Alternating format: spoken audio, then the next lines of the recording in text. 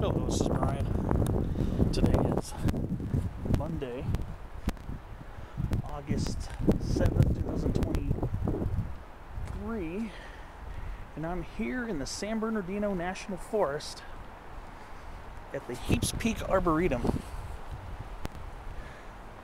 This is a place I've been to a few times in my life, at least, I would say at least 3 times. Most recently was back in 2019. So I'm here on what's called the Sequoia Trail, and look at the Arizona cypress, Hesperus arizonica. So we're here just a sliver under 6,000 feet with absolutely spectacular weather right now.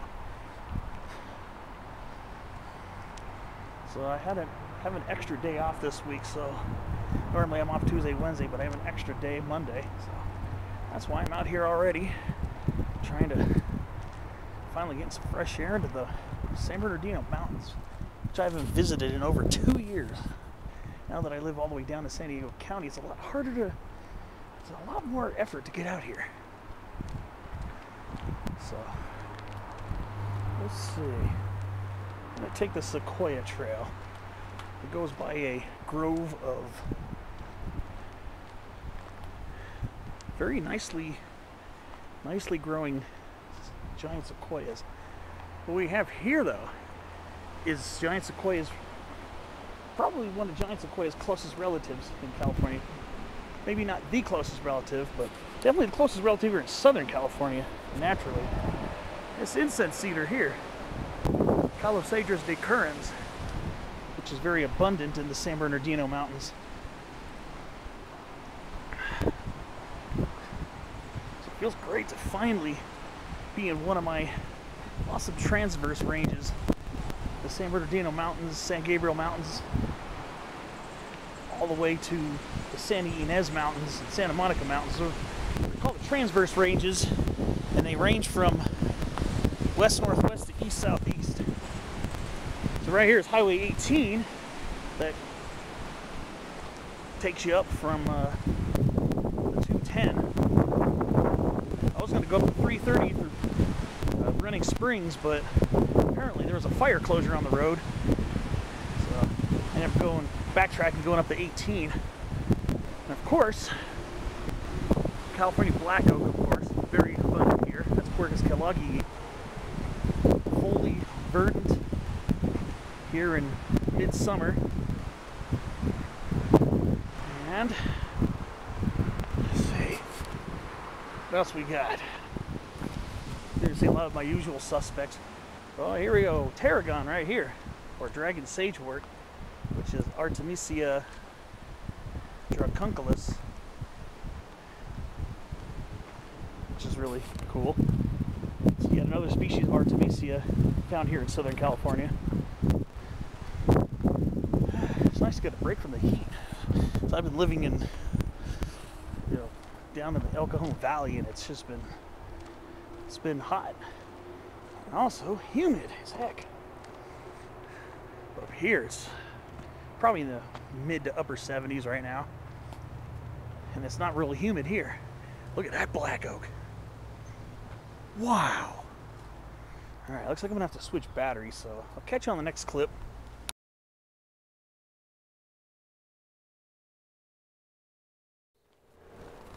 One thing I sometimes seem to forget is when I'm here, how tall some of these black oaks are. These are pretty decently tall ones, especially because they got to compete with all these pines and incense cedars for competition for sunlight. So yeah, we get some pretty decent sized black oaks.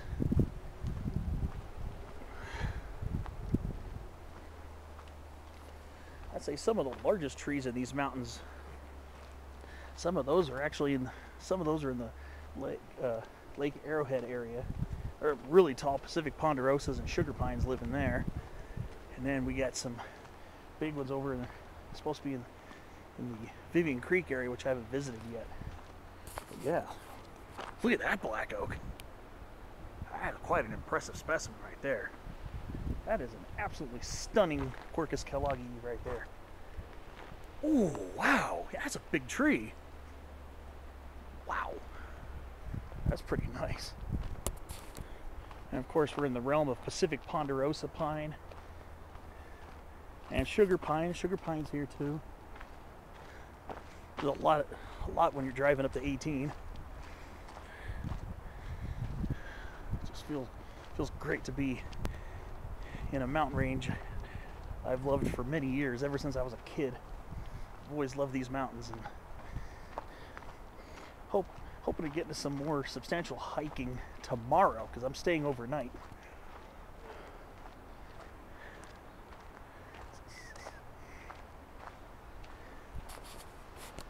Yeah.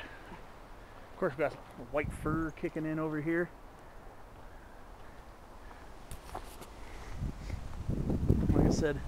Like I've said in previous videos, I'm still kind of in between whether these should be California or Sierra white firs or the Rocky Mountain white firs. I've been on the fence about that for years. I did a spotlight back in 2020. I did a spotlight over near Bluff Lake, and I called those Rocky Mountain white firs on that spotlight video, but the more time goes by, the less sure I am about that.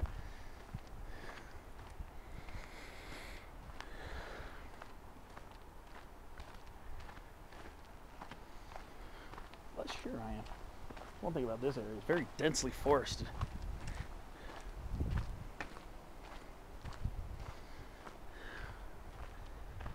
Very beautiful here.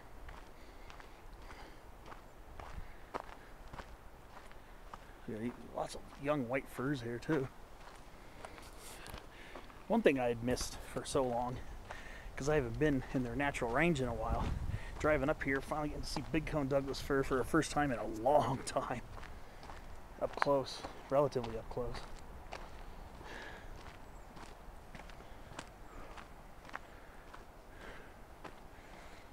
So yeah, we're going to be coming up on a grove of young sequoias.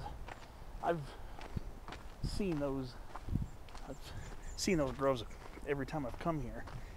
So why not do it now as well while I'm here filming. There are a lot of other awesome trees that are found here as well. One species that's extremely rare in Southern California, and obviously when I come up to it I'll point it out naturally, and another species that's not super common here but occasionally found. So when I come across them again, I'll get them, but I'll see you on the next clip.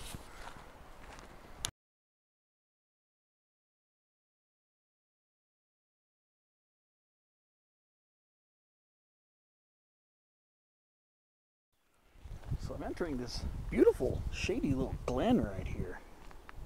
And we've got some other botanical pieces of interest, of course.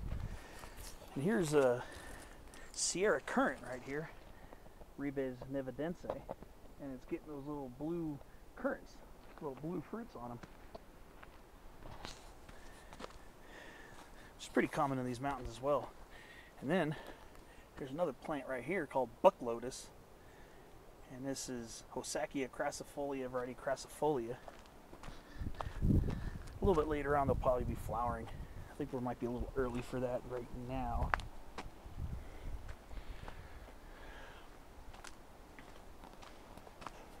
I can see a couple of sequoias up there, a couple sequoias off in the distance. So we're crossing Joe's Creek. Okay. And of course, Western Bracken Fern. Pteridium aquilinum variety pubescens. And okay, here's another tree. It's very rare here in Southern California, and it's the Quaking Aspen. This is Populus tremuloides. Very scattered in the southern Sierras, much more common in the Rockies, I believe. But I've come across a wild population here in the San Bernardinos, in an area. It's not the Fish Creek Grove. It's not the Fish Creek Grove that's very well known. This is the lesser known grove that is not publicized for fear of vandalism and everything. And I'm not going to say where that is, out of respect for the people who want to protect it. But I have come across these before, and these are pretty small leaves right here. But the ones in the grove that I saw had small leaves as well, but larger than this. These ones here in San Bernardino County, a couple spots where they're native, you're going to find them mostly at about 7,300 feet above sea level. So you're here, like I say, we're here probably about 5,980 feet, so not very high up.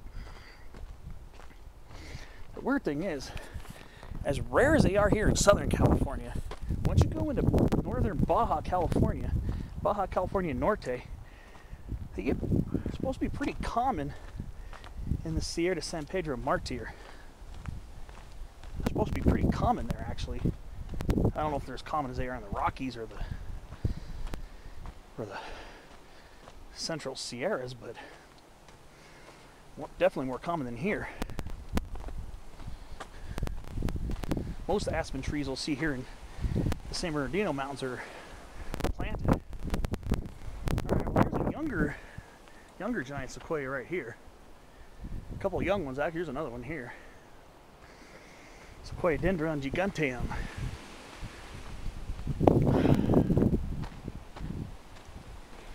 So this trail starts winding its way up this way. Should get to them fairly shortly. There are a couple younger ones here.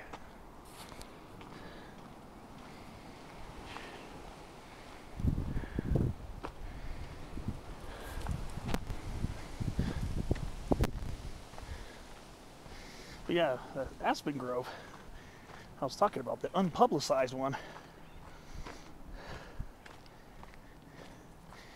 It's a nice little grove, and it was not burned by any fires. I was up there in 2019. It's very, very beautiful. It's a really small grove, very tiny. And it's actually in quite a more arid portion, where you're not too far from Sierra juniper, single leaf pinyon, and even I believe Mojave prickly pears even found in there, but you got to go down the gully.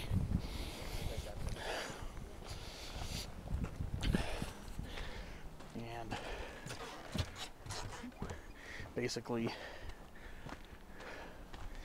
it's in a gully, that's all I'm going to say. It's not out in the middle of the open ridgeline. It takes a little work to find it. It's completely off trail, so and some class 2 scrambling here and there to either go up in it or come down from above, so it's a little sketchy, but it's worth it if you know how to find it. And it's very beautiful here. Of course, we've got chaparral whitethorn all over here too. A lot of oh, wait a minute. No, this is southern deer brush. This is actually southern deer brush here. This is Ceanothus integramus variety macrothyrsus. Alright, so we're taking another switchback. I'm going to go ahead and check with you in a minute. Won't be that much longer. I can already see some of the spires of the sequoias coming up. So just enjoy some of the tall conifer and beautiful lush oak forest here.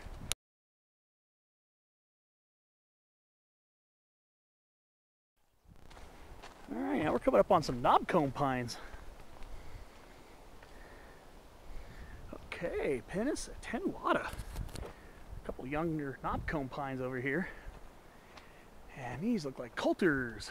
Yeah, we're back in coulters here. And more knobcones.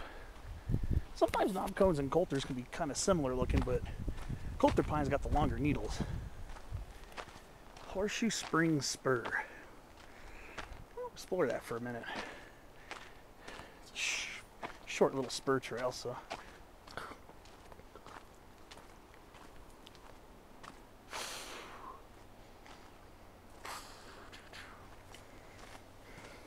see what we got down here. Okay, well, here's another tree you don't see very commonly here in Southern California. And this is Pacific dogwood right here. This is Quercus natalii. Come here in October, be prepared for some pretty nice fall color. I've seen them turn very beautiful reds and pastels here. So this is Horseshoe Springs. There's a little water in there too. A little white alder too for the mix. But yeah, a little Pacific dogwood thicket right here. Usually here in Southern California, it's a fairly small shrubby tree. Nice, beautiful dogwood. You will find them here in the western San Bernardino mountains. I've seen them as far east as the Running Springs area, but if you're going up the 138 or the 173 near Arrowhead and Crestline, you'll see them over there. Alright. Okay, so now I'm heading towards the sequoias. Another knobcone pine right here. Nice looking trees. Okay. Alright. So here we are. Coming up on the sequoias now. There they are. Some of them right here.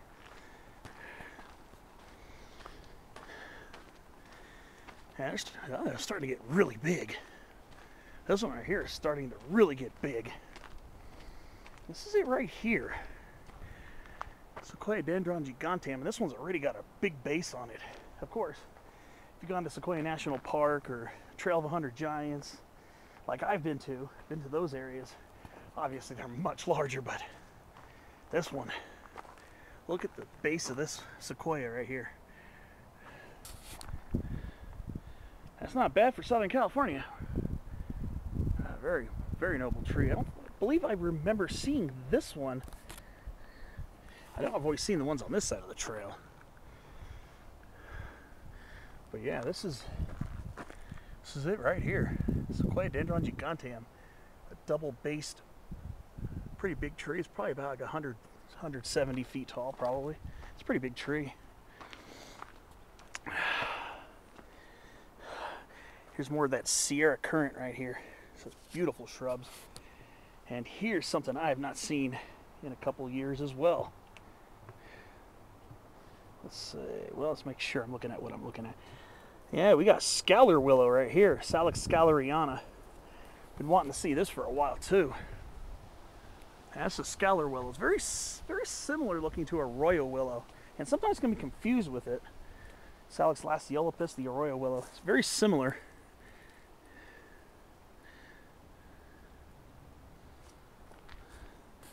Scouler Willow tends to have a lot more leaves that are a little broader above the middle, as you see on that twig there. So this is a Scouler Willow right here, Salix scaleriana.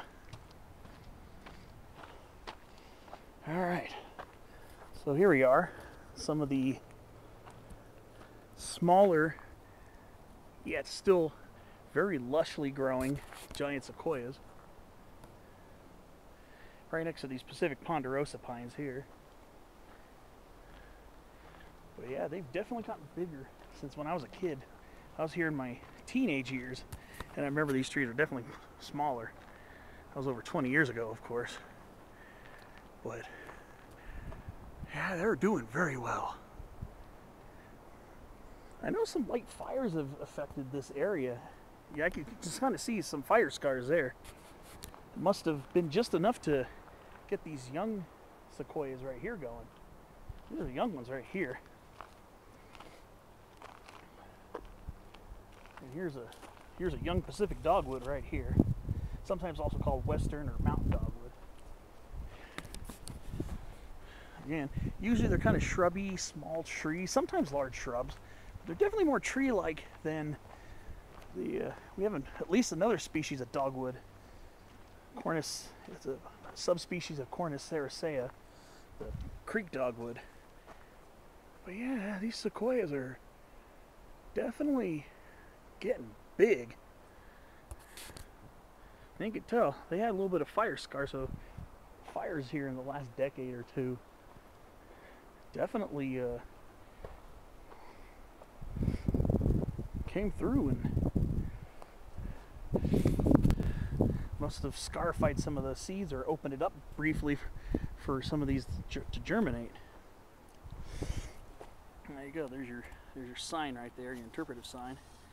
Of course, it has the old family name, the Taxodiaceae, the Taxodium or redwood family.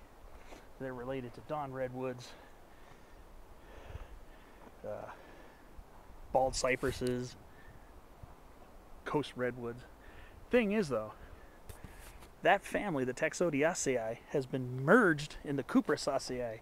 So these are now listed officially as being members of the cypress family. And maybe the Taxodiaceae is a subfamily. But here's a much larger Pacific dogwood right here. Here's a much larger Pacific dogwood. This is a pretty decent sized one for this area. But you can see multi-trunked, kind of shrubby in stature. Very beautiful tree. And they are closely related to those dogwoods in the eastern United States, Cornus florida, which is the eastern dogwood. But we got these pretty decent sized ones. This is a pretty big one, actually. I think they can get larger than this. I know they can get up to at least 50 feet tall. And I don't know how common that is. I don't come across this very often, so whenever I see it, it's always a treat. Never caught it in flowering. Never caught these in bloom with their big white bracts that surround them. And this is what their bracts look like. Usually ours are supposed to have usually between 4 and 7 bracts.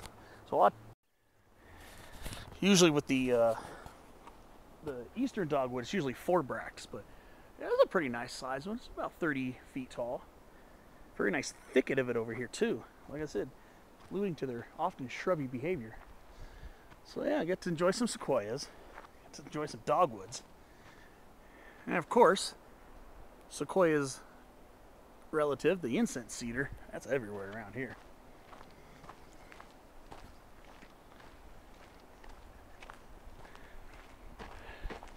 I've got some nice dogwood thickets around here, actually. Plenty more of them over here, actually. Look over here. Yeah, these are all Pacific dogwoods. And here's Sierra gooseberry right here. Ribes Roesley, variety Roesley. That's actually kind of a hint of what their fall color looks like. It's too early now, it's only August.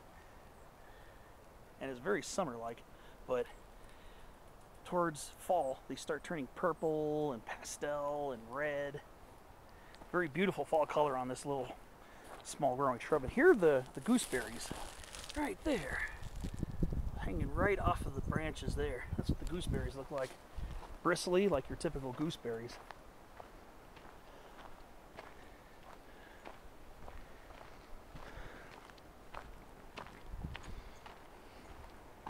Got some knobcone pines over there.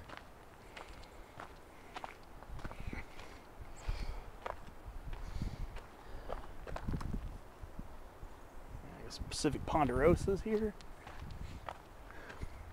Very nice area. Very beautiful here.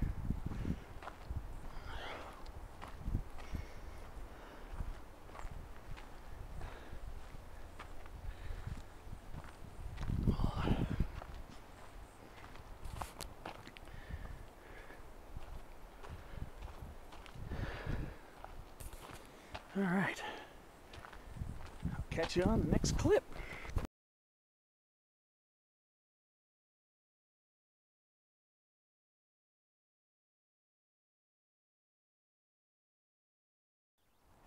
All right, so some more beautiful Pacific dogwood,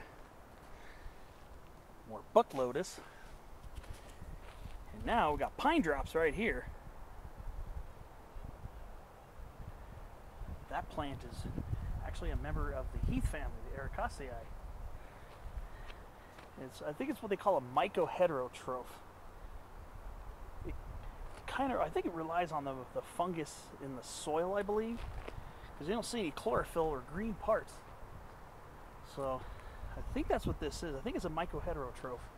Heterotroph meaning it doesn't produce its own food. It gets its own food from outside sources. Plants are autotrophs. They make their own food with sunshine, water, and nutrients. So, but that is also a plant. So some plants are actually heterotrophic in that way. Most plants are autotrophs. Get their own food and fuel for consumption. Here's some more of that Sierra gooseberry, all just completely full of these bristly fruits. Absolutely awesome. Nice to see.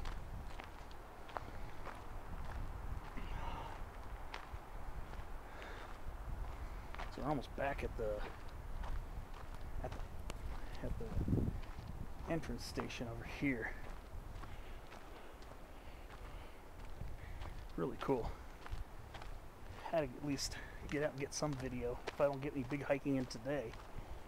Tomorrow should be more substantial. I just needed to get out and get some video. I've been driving for a while, so I needed to get out. So there it is. Very beautiful here.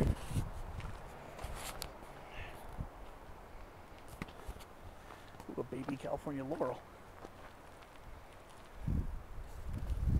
All right.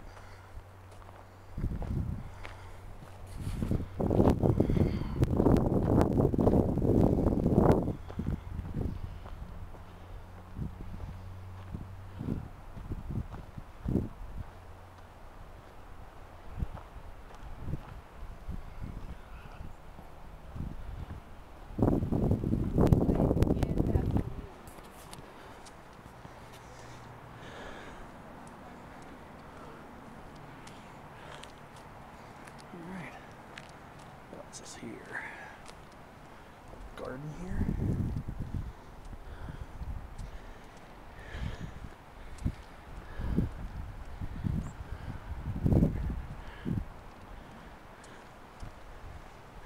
Some small interpretive displays. Creeping snowberry. Oh, some Quercus mollis. Not sure if I've ever seen this one before. Usually the ones I see, it's usually Sequoia albus variety laevigatus, which is a more upright shrub. This is more of a ground-hugging shrub. Ooh. Oh, look at that, a baby Western Azalea. Awesome. And this is one I've never seen before. I don't think it's native here. This is Calacanthus occidentalis. Spice bush. I've heard of this one. It's supposed to be aromatic, I believe. I've never seen this before. And here's something. I've seen a species of this in the Sierras. And this is in the genus Philadelphus. This is what they call a mock orange. It's actually related to your garden hydrangeas. The Hydrangeaceae. This could be Philadelphus lewisii. Could be, because that's a species I've seen along Highway 190 between Springville and Ponderosa and Camp Nelson. But I've seen this I've seen a species of it, the Lewis mock orange up there. So this could be Philadelphus lewisii. Here's a plant I haven't seen in a while. Aquilinum formosa, the columbine. This is a pretty common plant in damp areas. Oh, and I completely missed out on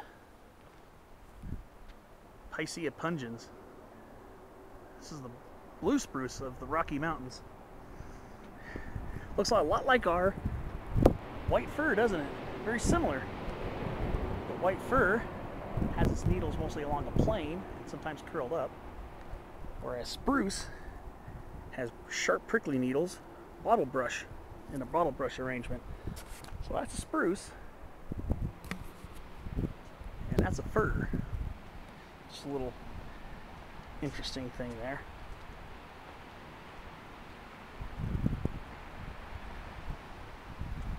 So let's see, what other little interesting tidbits will there be along this little pathway here? Coulter pine. What is this? Nope.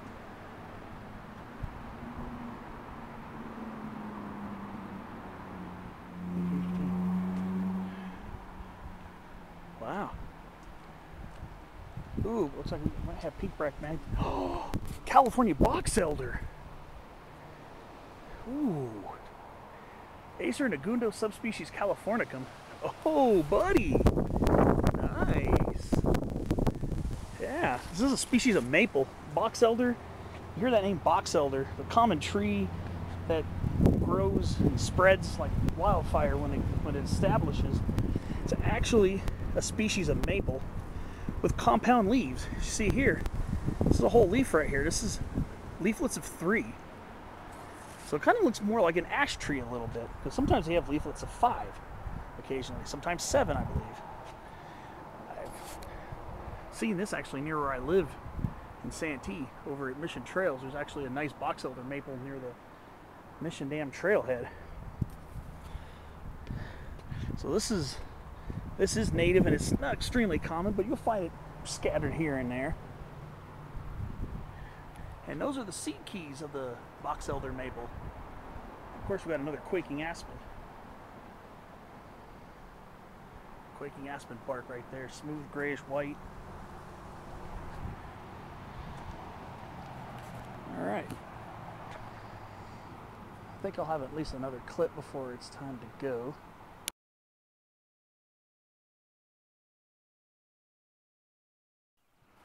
Oh, here's a plant I've always wanted to see. Falugia paradoxa, Apache plume. Oh, I've never seen one of these bad boys. You'll find these in desert mountains right here. This is a member of the rose family. And that's what they call them, Apache plumes, because of their seed heads. Those are the seed heads. Oh, this is insane. I've never seen this beautiful plant before. Always wanted to. It's a member of the rose family, believe it or not. Same family as the chamise, the rose bushes, the apples, pears, all that other fun stuff. I think we got pink Bract Manzanita over here too. Yep. Yeah, good old pink Bract. Still have not done a spotlight video on this plant. Very interesting.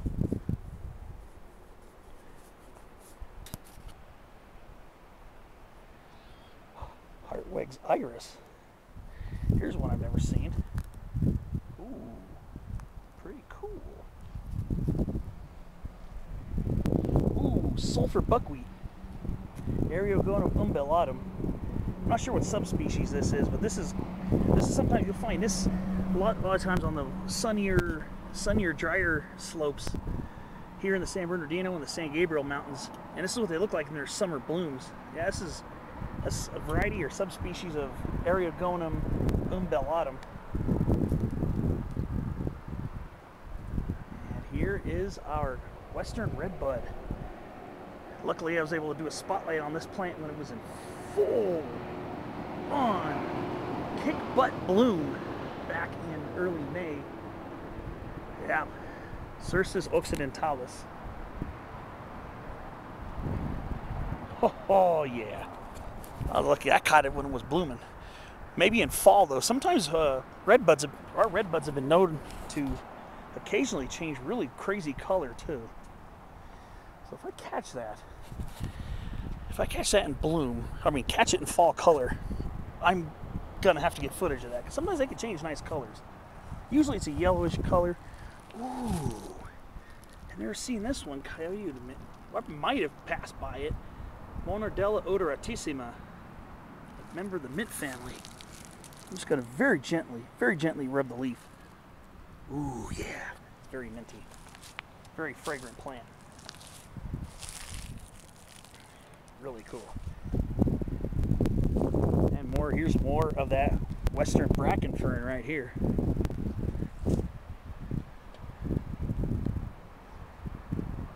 think we got ourselves a false indigo.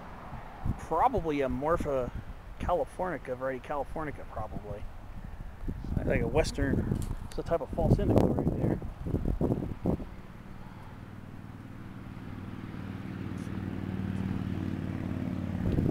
Ooh, another columbine.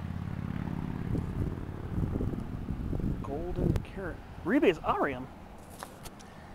I've seen, yeah, Rebes aureum. It's got the golden yellow fruits on it. I've actually seen a variety of that plant in San Diego, over in Rancho Mission Canyon, the southwestern end of the canyon. There's actually a small population of a variety of it, which is, see, this is Rebes aureum. I'm not sure what variety this is here, but I've seen the variety gracillumum, the graceful variety, in San Diego. So, been pretty cool to see it. You got a coast redwood planted here. This is the highest elevation I've ever seen a coast redwood planted. I don't honestly imagine there being a really huge future for this tree, but for it to have persisted like it has here at nearly 6,000 feet, credit's got to be given where credit is due. Honestly. Oh, are these big cone Douglas firs? So we got some kind of Douglas fir here. Let's see. When Douglas firs or pseudotsugas are very young, they're hard to tell apart. And I don't see any cones in the trees. I'm assuming these are big cones, but these could be Pacific Douglas firs too. The one tree they didn't put a sign next to. Yeah. These might be Pacific Douglas firs, but I'm not sure.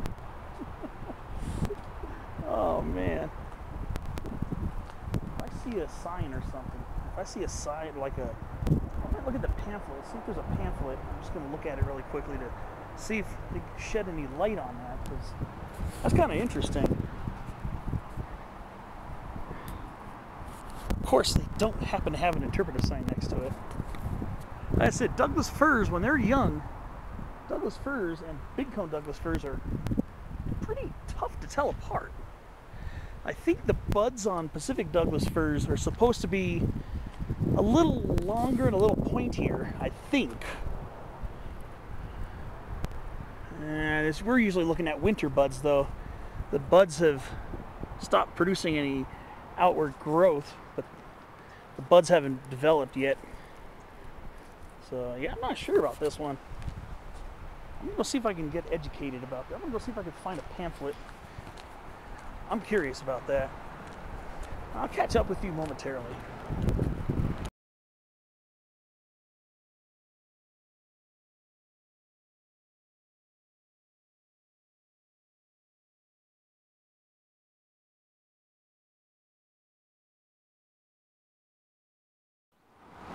Ooh, narrowleaf milkweed.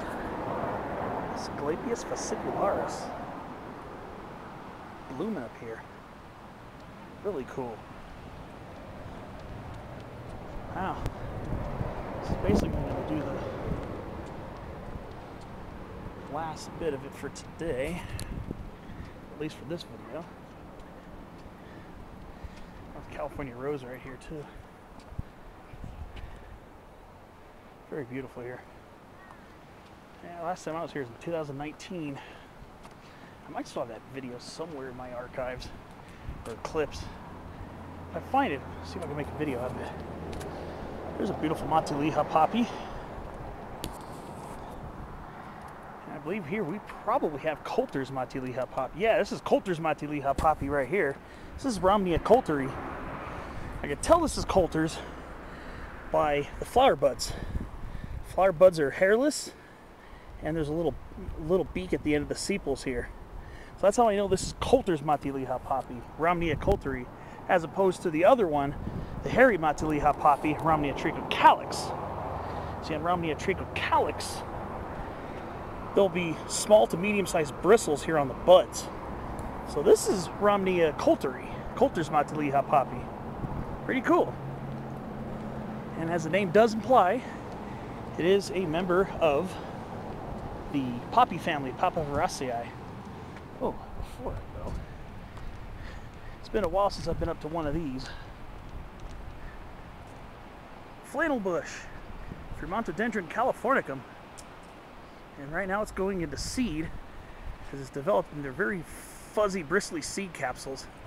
This is Vermontodendron californicum. And more Eriogonum umbellatum. And then there we go. Birchleaf Cercocarpus, Cercocarpus betuloides, ready betuloides. So I think this is going to do it. Oh, wait a minute. Can't forget about Helianthus annuus, sunflower. This is the ancestor of those big sunflower plants that are like 8-10 feet tall with the huge flower heads and the seeds, the sunflower seeds. That's it. Helianthus annuus. And Rosa californica is still blooming. So this is it. Heaps Peak Arboretum here in the San Bernardino National Forest, not that far from the community of Rim Forest. And I want to thank you for watching my video. Hopefully you got something interesting out of it. Some plants I've saw for the first time, plants I had heard of before, but would not expect to see until I get up in the Sierras again. But parting shot here of some false indigo. Right there, Morpha, I believe that's a Morpha californica, variety californica. So that's gonna do it for this video. Thanks for watching, and I'll see you on the next adventure.